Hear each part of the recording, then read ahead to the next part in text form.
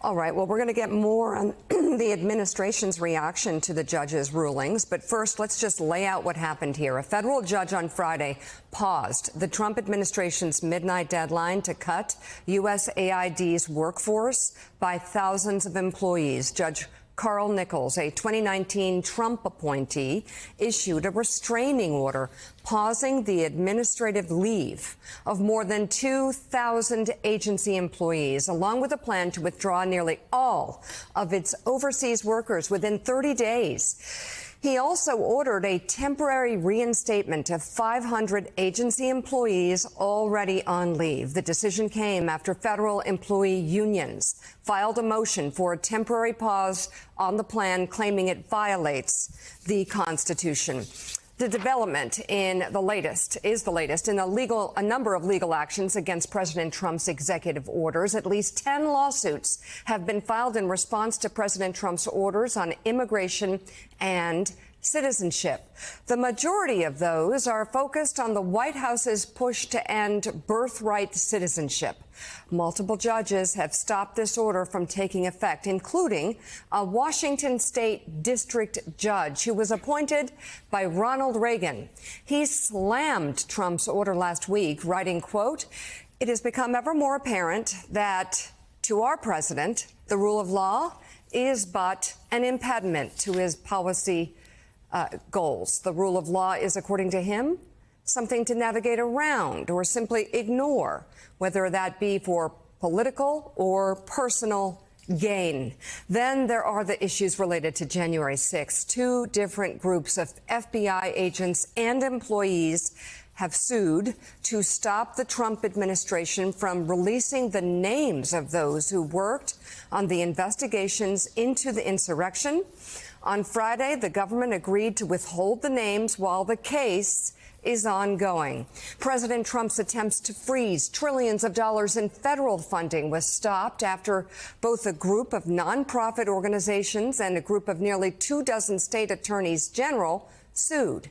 And most recently, on Saturday, a judge ruled that political appointees and special government employees like Elon Musk and Doge should not have access to the Treasury Department systems until a lawsuit on the issue is resolved. As the New York Times reports, the situation could pose a fundamental test of America's rule of law. If the administration fails to comply with the emergency order, it is unclear how it might be enforced. The Constitution says that a president shall take care that the laws be faithfully executed. But courts have rarely been tested by a chief executive who has ignored their orders, and therein lies the rub. Joining us now, legal affairs correspondent for the New York Times, Mattathias Schwartz. And you guys have a quick guide to the lawsuits against the Trump orders. You've written this piece. I guess it's 4 categories: immigration, budget freezes and firings, transgender rights, January 6th investigators. Is there a way to put this in order of, I guess, most dangerous? Well, I think the big picture here, Mika, and thank you for having me this morning, is that the federal courts appear to be the final or last bulwark for this offensive where Donald Trump is trying to take as much executive power as he can for himself. And the number of lawsuits, there are more than 40 so far, is going to continue to increase as the president continues to move forward with his agenda. Now, so far, we have seen, I think more than half a dozen lawsuits on the birthright citizenship executive order alone. That executive order seeks to restrict the 14th Amendment's guarantee to birthright citizenship, to take it away from the children of undocumented immigrants, to also take it away from the children of some legal immigrants. So that's very important. I think when you look at the docket, that's a case that it's very easy to imagine going up to the Supreme Court. And then, there are many others. You said earlier that judges have ordered a variety of President Trump's actions to be stopped, but that doesn't really answer the question of whether they're actually going to stop. Right. And we're already seeing some early indications as of now already that the administration is not complying with orders from federal judges. We are seeing that in a Rhode Island case about the $3 trillion budget freeze, and I can give you a couple other examples as well. USAID, for example, that agency has been completely gutted. So a judge says, give the people back their jobs, open the office back up. Is the administration going to do that? How long is it going to take? Are they going to drag their heels? Are we going to see contempt orders from judges? That would be a real Rubicon.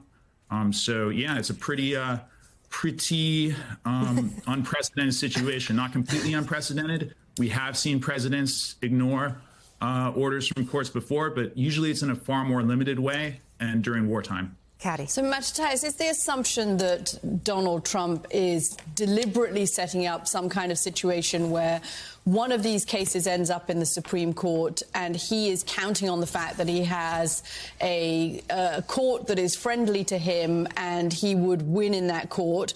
Or is there then a counter-argument that actually the court is going to look at the very number of things that Donald Trump is trying to do and say, well, actually, because he's trying to do so many, it's clear that what he's trying to do is expand the executive's power rather than try and get each one of these individual cases through? So how do we have a sense of how the court would respond, I guess? It's a great question. I can't predict what the Supreme Court's going to do. I can't speak to President Trump's intent.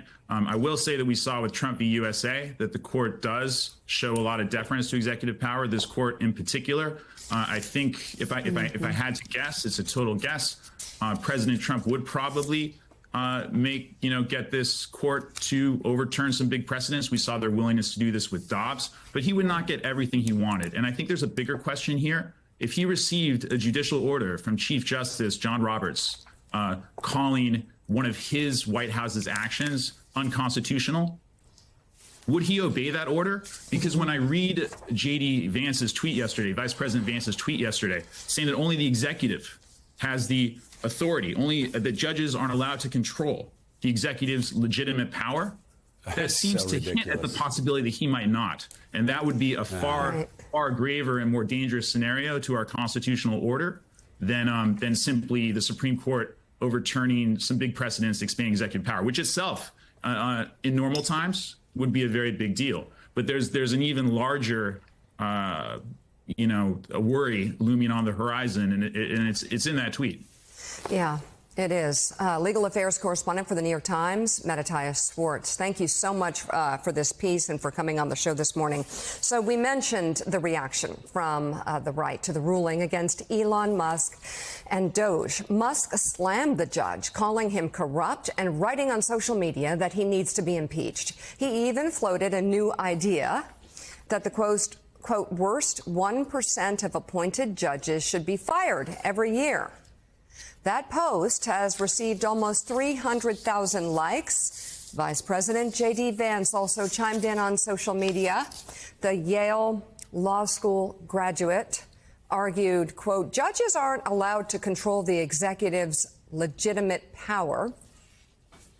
And Senator Mike Lee of Utah, who also went to law school, posted about the decision multiple times from his personal account. He wrote that he agreed with the vice president's position, calling it 100% accurate. He also called the ruling a judicial coup. So, Joe, there does seem to be kind of a lead up to something majorly unprecedented, and that will require a lot of questions as to what the next step is. But let's keep it right here for now. The tweet, though, was circular. I know. It made no sense, and it made no sense because the legitimate powers of the President of the United States is not determined by the President of the United States or the Vice President of the... Take that down. Well, Vice President of the United States. No, listen to me. Listen. You need to understand. Everybody needs to understand in reading this. It is the Supreme Court of the United States who determines what the legitimate power of the president is, of the vice president is, of what Congress is. That is the way it has been since John Marshall was the first Supreme Court justice. This is trolling. And I will say, and we will give examples for Mike Lee, who also went to law school, to say this is a, quote, judicial coup. This is all planned. They decided they were going to do these things that pushed the boundary of the law, that went over the line. This is all planned. Because let me tell you something. Again, we're going to show you a list of presidential actions that were enjoined, stopped, overturned during the Biden administration. And we could go back and do the same thing during the Bush administration, during the Clinton administration. This is how things are. So when you say a court cannot stop a president from doing what's in its legitimate power to do, well, yes, of course that's true. But it is the court that determines the contours of that power.